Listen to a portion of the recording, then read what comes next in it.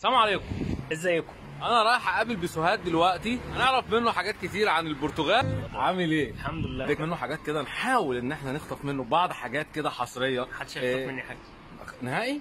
لا هحاول يعني خلينا نقعد وهنتكلم وهنشوف بسهاد ورايه عن البرتغال، ولو عرفنا نطلع منه حاجه كده حصريه ما قالهاش قبل كده. هو حكى عن نفسه كتير، ولكن هنشوف ايه الحاجات اللي هو ما قالهاش، نحاول نطلعها منه. يلا بينا يا باشا. يلا بينا. اولا انت قررت ان انت تسافر مصر؟ قررت. امتى؟ لا، قررت ان انت تسافر مصر. قررت خلاص، ماشيين بعد بكره ان شاء الله. تمام. يعني ممكن لما الفيديو ده ينزل نبقى احنا في مصر خلاص. تقريبا. فان شاء الله القرار ده يبقى صح يعني. والله بص، ايا كان قرارك ربنا يوفقك ويكتب لك الخير. مكان ما انت هتعيش، كونك ان انت تبقى جنب بنتك، ده في حد ذاته القرار الصح. هي بتكبر، هي عندها 11 سنه ما شاء الله، ربنا يخليها. انا مسافر من سنه 2015، فبروح بقى مصر بقى في الاجازات وبتاع، فانا شايف ان ده مش كفايه ابدا يعني. طبعا. وبالذات ان هي بقى بتكبر دلوقتي والسن ده مهم قوي، فاكيد هي محتاجاني وانا محتاج لها، فتبقى حاجه كويسه يعني. دي حقيقه. طيب لو عايزين بقى نعرف مثلا للناس، برضو انت عارف المحتوى بتاعي انا بتكلم على البرتغال وبتكلم عن السفر، انا بتكلم عن اي حاجه ممكن تفيد الناس. ما شاء الله عليك، انت فعلا بتنقل الصوره للناس اكنك عايش في وسط البلد عشرات السنين. ما هو عشان اصلا فكره التشانل او الفيديوهات اللي انا بعملها دي ان مش انا لوحدي بعمل الفيديو، كذا حد معايا يعني مثلا حد من المتابعين يقول لي انا من البرتغال وعايز اساعدك في الفيديو الجاي.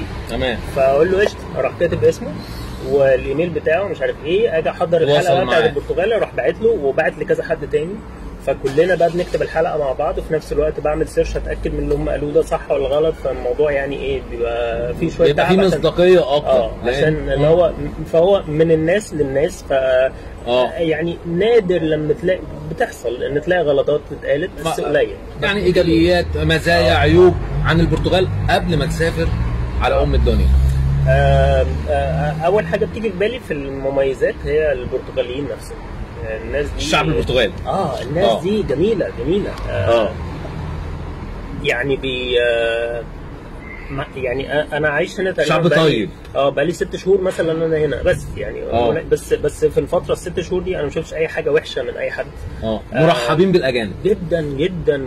يعني حتى الراجل اللي احنا مأجرين منه الشقه ما سالنيش اصلا جنسيتك ايه، مع ان العادي في اي بلد يسال. اصلا شايف السؤال ده عنصري شويه بس حتى لو عشان الاوراق ومش عارف ايه كان ممكن يسال، برضه ما سالش نهائي. فحتى لما شاف الباسبور برضه ما سالش. يعني هو يعني الراجل شخص جميل، يعني زي ناس تانية كتير جدا جدا بقابلهم في اي حته في البرتغال، ناس لطيفه جدا.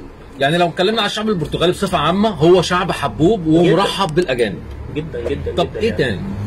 ايه تاني كويس؟ والله الاكل بتاعهم عندهم اكله كده انا ما اعرفش اسمها، بس بكلاو. لا سيبك من البكلاو. ما جربتش البكلاو؟ جربته مره في مطعم كده بس ما حبيتوش. ما عجبكش؟ كان عادي، السمكه موجوده بس في طبق لوحدها كده. هو حلو. بس لو ما طلبوش بقى خلاص يعني قشطه، انا عرفت مش هطلبك تاني.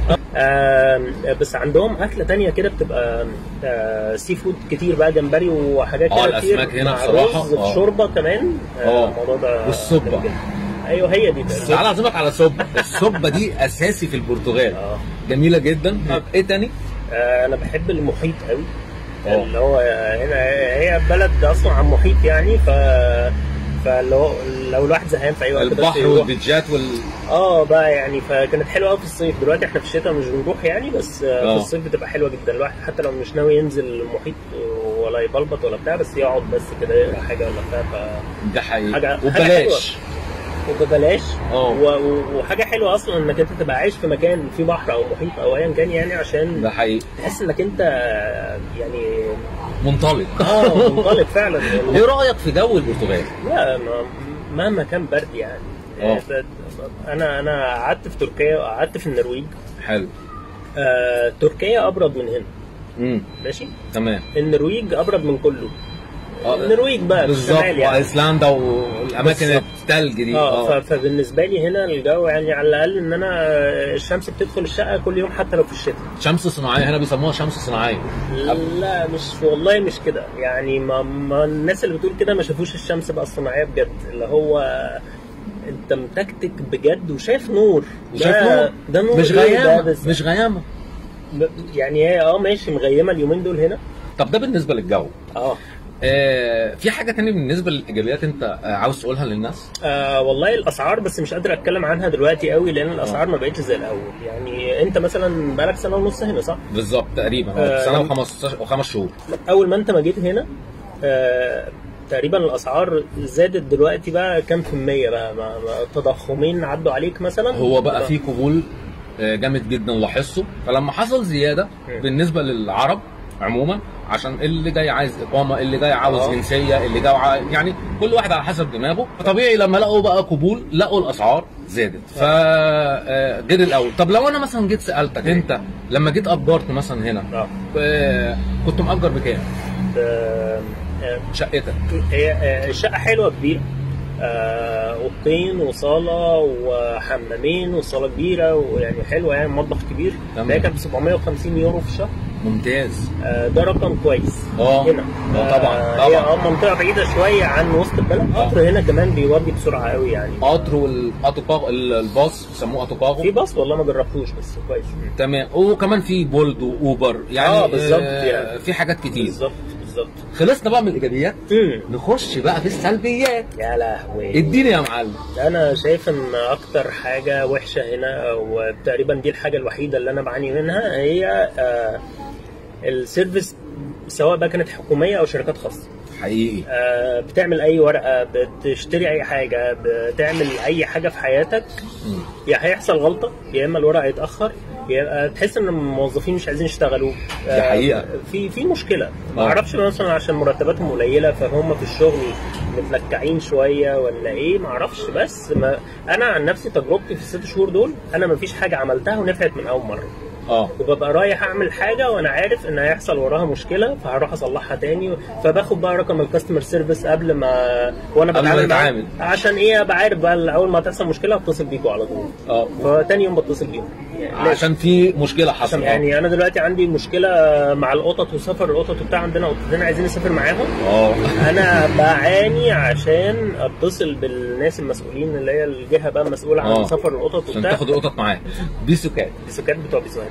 بيسوكات بتاع بيسوكات. اوكي. المهم ان بقعد وقت كتير بقى اللي هو ايه، ممكن اتكلم بالانجليزي، وتقول لي وهم هنا مش بروفيشنال في الانجليش يعني. لا بس اي حد يخبط حتى وخلاص، اي حد انجليزي وخلاص يعني هنعرف نتصرف. بس ده موضوع بيأخر برضو حل مشكله اكتر. ايه تاني غير التعامل في الحكومه والحاجات القطاع الخاص والحاجات اللي انت مريت بيها برضو من ضمن السلبيات؟ ما انا شايف برضو البعد عن مصر او عن ايا كان بقى انت عايش فين. يعني ما اعرفش الجنسيه اللي بيتفرج علينا، بس اغلبهم غالبا مصريين مثلا، مصريين وعرب، جزائريين ومغاربه وتوانسه وحبايبنا كلهم، والعراق وليبيا، مش عايز انسى حد، والسودان، كل حبايبنا وحبايب بيسو. طبعا يا جماعه انا متاكد طبعا يا جماعه كل الفانز وكل المتابعين اللي بيشوفوني دلوقتي اكيد عارفين بيسو. يعني لف العالم حقيقي مع بوسها، بيقدم محتوى كويس. فعموما انا هنحط اللينك بتاع بيسوهات والحاجات اللي هي الخاصه كلها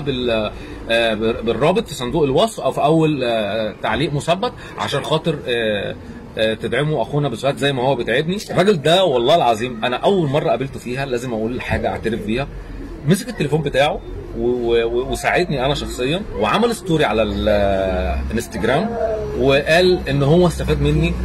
وانا طبعا الخبر ده طبعا ايه، انا كنت بتفرج على عبد الفتاح قبل ما اجي البرتغال هنا. انت فاجئتني. والله والله العظيم. ويعني من ضمن الفيديوهات اللي طلعت لي لما كنت بعمل سيرش عن البرتغال، وابتديت بقى اشوف عندك بقى كذا فيديو كده وساعدتني في حاجات يعني. فانا اللي بشكرك والله. انا بتمنى لك التوفيق من كل قلبي حبيبي والله. بشكرك جدا مره ثانيه على استضافتك وعلى مقابلتك. وعايز تقول حاجه ثاني قبل ما ننهي الفيديو؟ لا والله انا بس بشكر عبد الفتاح جدا جدا جدا، وربنا يوفقك في البرتغال واي حاجه انت عايز تعملها يعني وفي فيديوهاتك وكده. وبس وان شاء الله اشوفك على خير بقى في مصر او هنا او في اي حته. ده انا اتشرف والله، ده انا اول ما انزل مصر على طول هاجي لك على مصر. لازم متشكر يعني. جدا انك جبتني عندك في الشانل يعني واتكلمنا يعني. انت اللي متشكر. والله الراجل ده بيهزر يا جماعه، اقسم بالله ما عاوز اللقاء ينتهي، ولكن انا عارف ان انت بردان وعارف ان انت عندك سفر وعندك ترتيبات وعندك حاجات ثانيه. قول للناس ما تنسوش تعملوا لايك وشير وسبسكرايب، واستنونا في الحلقه الجايه من بيسوهات. في نهايه الفيديو بشكركم وبشكر كل محبين فيديوهات وبشكر كل محبيني وكل متابعيني على اليوتيوب. بتمنى لكم التوفيق ونشوفكم في حاجه جديده. ما تنسوش بالشير واللايك والسبسكرايب. السلام عليكم. عليكم السلام.